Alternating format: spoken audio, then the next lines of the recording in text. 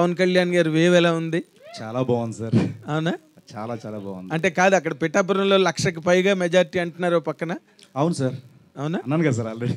అదే అంటున్నా. అంటే నార్మల్గా మీరు ఫీల్డ్ లెవెల్లో తిరిగి వచ్చారు కాబట్టి మీ మాట బాగా క్యారీ అవుతుంది ఇప్పుడు యాస్టీస్గా. నువ్వు అది కొంచెం స్పష్టంగా చెప్పాలి.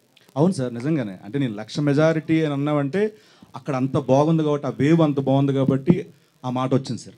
ఓకే. తర్వాత ఇప్పుడు పవన్ కళ్యాణ్ గారికి ఒక్కరికి, జనసేన ఒక్కదానికే నువ్వు సపోర్ట్గా వెళ్ళావా, లేకపోతే మొత్తం కూటమిని సపోర్ట్ చేసేవా? ఎట్లా? నేను అనకాపల్లి వెళ్ళాను సార్, తర్వాత కాకినాడ రూరల్ తిరిగాను సార్, తర్వాత పిఠాపురం తిరిగాను సార్. మళ్ళీ ఓకే. ఈ యాక్షన్ అండ్ రియాక్షన్స్లో ఏది ఎక్కువగా స్ట్రాంగ్ ఎడ్జ్లో ఉంది, ఏది రేపు గవర్నమెంట్ ఫామ్ చేస్తున్నదని నీకు అనిపించింది? నేను కేవలం ప్రజెంట్ ప్రచారం చేయడం కోసం లేదు సార్, నేను సర్వేలు చేయలేదు సార్. సర్వే చేయలేదు. బట్ మీ ఆనికి మీరు చాలా తెలివైన వాళ్ళు కదా, మీరు వెళ్ళిన తర్వాత ఊరికి అంత ఈజీగా వచ్చేస్తారు వెనక్కి? లేదు సార్, లేదు సార్, నిజంగానే నేను ప్రచారం చేశాను హ్యాపీగా. అక్కడికి వచ్చిన అభిమానులు కానీ, ఆ గ్రామస్తులు కానీ, పిఠాపురం ప్రజలు కానీ, ఏ కాన్ఫరెన్స్కి వెళ్తే అక్కడ వాళ్ళందరూ వచ్చి ఆ ప్రేమను చూపించినప్పుడు నిజంగానే ఆ వైబ్ వస్తుంది సార్. ఇక్కడ భారీ మెజారిటీ రాబోతుంది, ఇక్కడ గెలుస్తారు పక్కగానే, అది చూశాను sir. Very nice, very nice. Thank you sir. Sir సీన్ గారు, సార్ జనసేన కోసం వెళ్ళారు, బాగుంది.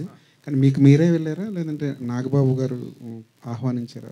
పార్టీ వాళ్ళు ఎవరైనా? నేనే కాదు సార్, ఇప్పుడు వరకు వెళ్ళిన వాళ్ళు అందరూ మేము ఫోన్ చేసి మరీ సెల్ఫ్గా మేమే అడిగితే వాళ్ళు ఒక డేట్ చెప్తాం అప్పుడు రండి అని చెప్పి అలా వెళ్ళాను సార్. మేమే అడిగాను సార్ అందరం, నేను కానీ, సుధీర్ కానీ, రామప్రసాద్ కానీ అందరం ఫోన్లు చేసి అడిగాను సార్. ఒక్క మాట కూడా ఎప్పుడు కూడా అడగలేదు సార్ మమ్మల్ని. వైకాపా పార్టీ వాళ్ళు ఏమంటున్నారంటే ఇది కూడా జబర్దస్త్ బ్యాచ్ కూడా డైలీ పేమెంట్స్తో పంపించారు, వాళ్ళకి వాళ్ళ మీద 2 కోట్లు ఖర్చు పెట్టారు, 20 కోట్లు ఖర్చు పెట్టారు, రకరకాల లెక్కలు. ఇంటికి వచ్చేసి ఏ సోదాలు చేసుకోండి, నా అకౌంట్ నెంబర్ అన్ని ఓపెన్ చేస్తాను, నో ప్రాబ్లం, వచ్చాము చూసుకోమని నాకు. శ్రీనివాస్ తర్వాత ఇంకొక మాట, రోజా గారు మొన్న మాట అన్నారు సార్. ఏంటి సార్ రాజు యాదవ్ కాస్త అదే పొలిటికల్ ఇది లాస్ట్ క్వశ్చన్, రాజు యాదవ్ వైపుకి వెళ్ళిపోదాము. Okay sir. రోజా గారి దగ్గర నుంచి రాజు యాదవ్ దగ్గరికి వెళ్ళిపోదాం సార్. రోజా గారు వాళ్ళ ప్రాణం అనగా ఎంత పాపం, వాళ్ళు ఏదో చిన్న చిన్న జబర్దస్త్ స్కిట్స్ గట్ట చేసుకుని వాళ్ళకి భయం సినిమా ఇండస్ట్రీలో, ఎందుకంటే వాళ్ళదంతా పెద్ద గ్రూపు, బోల్డ్ సినిమాలు, బోల్డ్ హీరోలు, అందుకని చెప్పి వాళ్ళకి భయపడి వచ్చి వాళ్ళు ఏదో ఒక ప్రయత్నంగా వచ్చి చేస్తారు, వాళ్ళని అంత సీరియస్గా తీసుకోవాల్సిన అవసరం లేదు, వాళ్ళు చిన్న లైఫ్లు అన్నట్టుగా కామెంట్ చేశారు ఆవిడ. మీరేమో చూస్తే ఎండల్లో, దారుణమైన ఎండల్లో వెళ్ళి అంత కష్టపడి ప్రచారం చేసి వచ్చారు. ఈ రెండింటిని అసలు పబ్లిక్ ఎలా తీసుకోవాలంటారు? సార్ అంటే మెగా ఫ్యామిలీలో సినిమాలు అంటే ఇప్పుడు వరకు ఎన్ని చేశాను మీకు తెలుసు. అక్కడ ఇండస్ట్రీలో ఎన్ని సినిమా మిగతా హీరోలతో అందరూ చేస్తున్నాను, అక్కడ చేస్తున్నాను. ఎస్. సో నేను ఎన్టీఆర్ గారితో చేశాను, వెంకటేష్ గారితో చేశాను, ఎస్, నాని గారితో చేశాను, మిగతా హీరోలందరితో చేస్తున్నా కదా సార్. ఆఫర్స్ ఇక్కడి నుంచి రావట్లేదు నాకు, ఇక్కడే కాదు కదా సార్, అన్నీ చేస్తున్నా. చిన్న ప్రాణాలు అంటే మరి చిన్న ప్రాణాలైనా కామెంట్లో తీసుకుంటా సార్, చిన్న కామెంట్లో తీసుకుంటా. పొలిటికల్ విషయానికి వస్తే, ఏపీ పాలిటిక్స్ విషయానికి వస్తే కనుక స్టార్ హీరోస్ ఎవరు కూడా ఇటు పవన్ కళ్యాణ్ కావచ్చు, మెగా ఫ్యామిలీ సైడ్ ఎవరు కనిపించలేదు మనకి.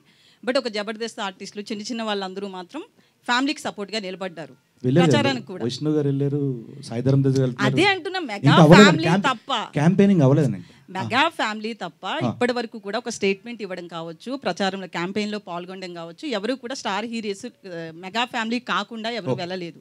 సో మీలాంటి వాళ్ళు వెళ్ళారు. రేపు మళ్ళీ వైసీపీ వస్తే మీకు ఇబ్బంది ఉండదా? ఏ ఇబ్బంది నాకు అర్థం కాలేదు. ఎలాంటి ఇబ్బంది అంటారు మీరు చెప్పండి. ఒకవేళ షూటింగ్కి వెళ్ళినప్పుడు కావచ్చు, అక్కడ చాలా మంది వైసీపీ నుంచి కావచ్చు, కొంతమంది గుండాలు కూడా ఉంటారు, చాలా ఇష్యూస్ చూసాం. ఏపీ పాలిటిక్స్ డిఫరెంట్ కదా ఇండియాలో. నేను శ్యామల గారు ఒక ఇంటర్వ్యూ ఇచ్చారు, ఆ ఇంటర్వ్యూలో క్వశ్చన్ అడిగారు, మీరు ఇలా చేయడం వల్ల రేపొద్దున ఆడియో ఫంక్షన్లో మీకు ఏమైనా ఇవ్వకపోవచ్చేమో మెగా ఫ్యామిలీ నుంచి అని అన్నారు. ఆవిడ ఒక ఆన్సర్ చెప్పారు, సేమ్ ఆన్సరు దానికి అప్లికేబుల్ మీరు అడిగిన క్వశ్చన్కి. నేను వినలేదు, ఇప్పుడు చెప్పండి. మీరు ఒకసారి యూట్యూబ్లో చూడండి. లేదు ఇప్పుడు చెప్పండి. లేదండి, లేదు మీరు చెప్పింది వేరు కదా, ఆయన శ్యామల చెప్పింది అని నేను ఎలా అనుకుంటాను? ఆవిడ చెప్పారండి, ప్రూఫ్ ఉంది కదా. సో నేనేమంటున్నా అంటే, ఇప్పుడు ఒక పార్టీకి సపోర్ట్ చేసినంత మాత్రాన వీడిని ఆపేద్దాం, తొక్కేద్దాం అని అనుకోవడం నిజంగా అది పరిణితి చెందిన ఆలోచన కాదని నా ఇది అభిప్రాయం. ఒకటి ఏంటంటే, ఒక విలేజ్ ఉందో, ఒక విలేజ్లో ఒక ఆటో నడిపే వ్యక్తి ఉంటారు, ఆటో డ్రైవర్ ఉంటారు, అన్న కిరాణా షాప్ ఉంటారు, ఒక ఎరువులు కొట్టు ఉంటుంది, ఇంకోటి వాటర్ ఇది ఉంటుంది. సో వీళ్ళందరూ వృత్తిపరంగా వాళ్ళ వృత్తులు చేస్తున్నా వాళ్ళు ఏదో ఒక పార్టీని అభిమానించో, ఏదో ఒక పార్టీ ప్రచారమో వాళ్ళ ఊళ్ళో తెలిసిపోతుంది. బట్ ఈ ఆటో అని వెళ్ళి కిరాణా షాప్లో కొనుక్కోవడం మానడు, ఆ కిరాణా షాప్ అని వచ్చి ఆటో ఎక్కగా మానడు, వీళ్ళందరూ ఇలా ఎరువుల కోట్లో వ్యవసాయం సంబంధించి మన. సో ఇది కూడా అంతే. ఒకవేళ మన సినిమా మంచిదైతే ప్రేక్షకులుగానే వెళ్తారు తప్పించి థియేటర్కి. ఒక రాజకీయ సపోర్టర్గా ఎవరు థియేటర్కి వెళ్ళరండి. అది బాగా నమ్ముతున్నా తెలుగు ప్రేక్షకుల విషయం. శ్రీను గారు అంటే నమస్తే సార్. నమస్తే సార్. ఏం లేదు, రాజు యాదవ్ మంచి సక్సెస్ కొట్టాలి, all the best. Thank you so much. కాదు, Thanks. మీరు మళ్ళీ రాజు యాదవ్ అడగకుండా పొలిటికల్ అడుగుతున్నారని మీరు అనుకోవద్దు. అంటే మీరు అంటే వ్యక్తుల మీద అభిమానంతో వెళ్ళారా లేదా ఆ పార్టీ మీద అభిమానంతో వెళ్ళారా అని పక్కన పెడితే మీ వాటి మంచి చెడ్డలు, ప్రభుత్వాలు వాటి మంచి చెడ్డలు వీటి మీద పూర్తి అవగాహన ఉందా? ఉంది సార్, కొంచెం ఉంది. మోరోవర్ అభిప్రాయం అనేది ఈ పార్టీ నుంచి నేను గెలిస్తే ఏం చేయగలను, ఏం చేస్తారు అన్న దాని మీద ఎక్కువ అవగాహన ఉంది సార్. ప్రస్తుతం కంటే వస్తే ఒకవేళ ఎలా ఉంటుంది, ఈయన పవన్ కళ్యాణ్ గారు వస్తే ఉంటుంది. ఎందుకంటే ఆయన నీతి నిజాయితీ గురించి, ఆయన వ్యక్తిత్వం గురించి తెలిసిన వాడుగా ఈ స్టెప్ వేసాను సార్ ప్రచారం గురించి. అంతా అంటే మీరు ఒక పార్టీని గెలిపించమని కోరుతున్నారు అంటే ఇంకో పార్టీని ఓడించమని కోరుతున్నట్టు కదా. అలా ఎందుకు అనుకోవాలి సార్? అంటే మరి వీళ్ళు గెలిస్తే వాళ్ళు ఓడిపోవడమే కదా సార్. ఇప్పుడు ఐపీఎల్లో ఇప్పుడు ఒక ఎస్ఆర్హెచ్ నేను చేసి చెప్తున్నానంటే ఆర్సీబీ ఓడిపోవాలి కాదు సార్. దీని మీద అభిమానం ఎక్కువ ఉంటుంది సార్. అదే దీని మీద అభిమానం ఎక్కువ ఉంటుంది సార్. నేను కాదనట్లేదు సార్. ఇప్పుడు మీరు జనసేనని గెలిపించండి అంటే మీరు జనసేన మీద అభిమానంతో జనసేన గెలిపించమంటున్నారు, తప్పులేదు. మీరు వ్యక్తి మీద కావచ్చు, పార్టీ మీద ఉండొచ్చు. బట్ మీరు నాకు వాటి మీద పూర్తిగా ఐడియా ఉంది, ఈ గవర్నమెంట్ వీళ్ళు వస్తే ఏం బాగా చేస్తారని. సో అదే టైంలో వాళ్ళు బాగా చేశారో చేయలేదో అవతల వాళ్ళు మీద ఐడియా ఉందా మీకు? నేను దాని గురించి ఆలోచించట్లేదు సార్. కేవలం ఈయన వస్తే బాగుంటుంది, ఈయన గెలవాలి అని కోరుకునే వ్యక్తిని సార్. అంతే తప్పించి అవతల వాళ్ళు బాగా చేశారో బాగా చెయ్యలేదో ఈ రెండింటి మీద ఐడియా లేదు. ఉంది సార్, దాని మీద ఐడియా ఉంది. అది ఎలా ఈయన వస్తే ఇంకా బాగా చేస్తారేమో అని. కాదు, బాగా చేశారంటారా బాగా చేయలేదంటారా వేకప్ వాళ్ళు? ఏమో సార్, రేపు పొద్దున ఎలక్షన్ రిజల్ట్ తర్వాత తెలుస్తుందేమో. మీ ఐడియా ఉంది అని అంటున్నారు. లేదు సార్, ఈ స్టేజ్ మీద నేను అలాంటి షేర్ చేసుకోలేదు సార్. శ్రీను గారు, బొడ్డోపల్లి శ్రీనివాసు గెటప్ శ్రీనిగా మారి వెండితెర కమలాసన్ అయ్యారు. సో ఇప్పుడు అదే బుల్లితెర కమలాసన్ అయ్యారు. బుల్లితెర కమలాసన్ ఇప్పుడు ఎండితెర హీరో అవుతున్నారు. సో ఈ జర్నీలో ఎలా ఉందండి? అంటే మీకు రీచ్ ఎక్కడికి వెళ్ళాలి అంటే ఎండితెరలో కూడా హీరోగా ఏ పొజిషన్కి వెళ్ళాలనుకుంటున్నారు? నాకు హీరో మీద నిజంగా లేదన్న. నాకేంటి ప్రతి సినిమాలో మంచి క్యారెక్టర్ రావాలి, దానికి మంచి పేరు రావాలి, సినిమా ఆడాలి, ఒక 60 ఏళ్ళు వచ్చిన ఇండస్ట్రీలో ఉండాలి, అంతే. శ్రీను గారు హాయ్. ఇక్కడ అన్న మీ బెస్ట్ ఫ్రెండ్ సుడిగాల్ సుధీర్ హీరోగా ఎస్టాబ్లిష్ అయ్యారు. ఆయన ఈ సినిమా విషయంలో మీకు ఏమైనా హెల్ప్ చేశారా? అంటే ఇన్పుట్స్ ఏమైనా ఇచ్చారా? ఇన్పుట్స్ అంటే ఎప్పుడు మేము ప్రతిదీ మాట్లాడుకుంటాం. సో సాంగ్ బాగుందిరా, ఇలా చేస్తే బాగుంటుంది, ఏమో చూడు, అడుగు, మాట్లాడు, ఇలాంటి ఇన్పుట్స్ కామన్గా జరుగుతూ ఉంటాయి. తర్వాత ఈయన ఇష్టం. సో ఎప్పుడు ఉన్నాడు. మన సాంగ్ లాంచ్ కూడా వచ్చాడు నాతో పాటు ఒక కాలేజ్కి. సో ఎప్పుడు ఉన్నాడు నాతో. మీ ఇద్దరు కాంబినేషన్లో ఇంకో సినిమా వచ్చే ఛాన్స్ ఉందా? ఆల్రెడీ ఒకటి చేశారు. నేను త్రూఅవుట్ కామెడీ ఏదైనా ట్రై చేయాలని చూసుకుంటున్నాను, మంచి కామెడీ సినిమా చేద్దాం అనేది. శ్రీను గారు అయితే నార్మల్గా జబర్దస్త్ అప్పటి నుంచి కావచ్చు కంటిన్యూగా ఏదో ఒక గెటప్లో చూస్తాం శ్రీను అంటే. సేమ్ హీరోగా కూడా మళ్ళీ లీడ్ రోల్లో కూడా సేమ్ ఒక గెటప్లోనే చూడాల్సి వచ్చింది. గెటప్ లేకపోతే శ్రీను చేయలేడా? ఇది యాక్చువల్ గెటప్ కాదు మేడం, యాక్చువల్లీ సమ్ ఏదో ఒకటి. అవును మేడం, డిఫెక్ట్ ఇది. సో గెటప్ అంటే మొత్తం కరెక్టే. ఒకవేళ ఏదో ఒకటి ప్రాబ్లం లేకుండా అయితే మాత్రం ఇది కూడా సేమ్ కదా ఒక ఇష్యూ. సో అది లేకపోతే శ్రీను చేయలేడా? చూశారు కదండి, మన పొలిమేర చూశారు కదా, ఒకటి చేశాను. అండ్ ఇస్మార్ట్ శంకర్ చేశాను. చాలా ఉందండి ఇలా చెప్పుకుంటే. అంటే అలా ఇది రావడం ఏంటంటే ఆర్టిస్ట్గా మనం ప్రూవ్ చేసుకోవడానికి కొంచెం అడ్వాంటేజ్ అండి మనకి. సో నార్మల్గా చేస్తే దాంట్లో ఎంత చేసి నార్మల్గా ఉంటుంది తప్పించి దాంట్లో కొత్తగా ఏమనిపిస్తుంది. సో ఇలాంటివి ఉంటే ఏంటంటే ఒక్కొక్క సినిమా ఒక వేరియేషన్ చేస్తే మనం బోర్ కొట్టాం. ఫస్ట్ ఆఫ్ ఆల్ ప్రతి సినిమాకు ఒక క్యారెక్టర్ కనిపిస్తుంది, హీరో అన్నాడు కనిపించాడు. సో అది నాకు పెద్ద అడ్వాంటేజ్. అలాంటి క్యారెక్టర్ రాసిన డైరెక్టర్ అంతా thanks for sir. Srinivas sir, ఇప్పుడు నార్మల్గా ఈ జబర్దస్త్ స్కిట్స్లో కానీ in your journey on television you have impressed the audience with many multiple shapes of getaps. అవి రకరకాల గెటప్స్ వేసి అందరినీ ఎంటర్టైన్ చేసి అండ్ సినిమాల్లో కూడా you are doing good characters. But ఈ క్యారెక్టర్ సంబంధించినంత వరకు నువ్వు ఛాలెంజ్గా అనిపించిన పాయింట్ ఏంటి? ఈ క్యారెక్టర్ నువ్వు హ్యాండిల్ చేస్తున్నప్పుడు. Super question sir. నేను ఒక రోజు సార్ మార్నింగ్ 7కి స్టార్ట్ చేశాను సార్. మళ్ళీ మార్నింగ్ 7 అయింది సార్ షూట్. ఓకే, డే నుంచి మళ్ళీ మార్నింగ్ చేస్తున్నాం. ఆ రోజంతా చేజింగ్లు అవన్నీ చేస్తున్నాం. నైట్ ఒక ఎమోషనల్ చేయాలి.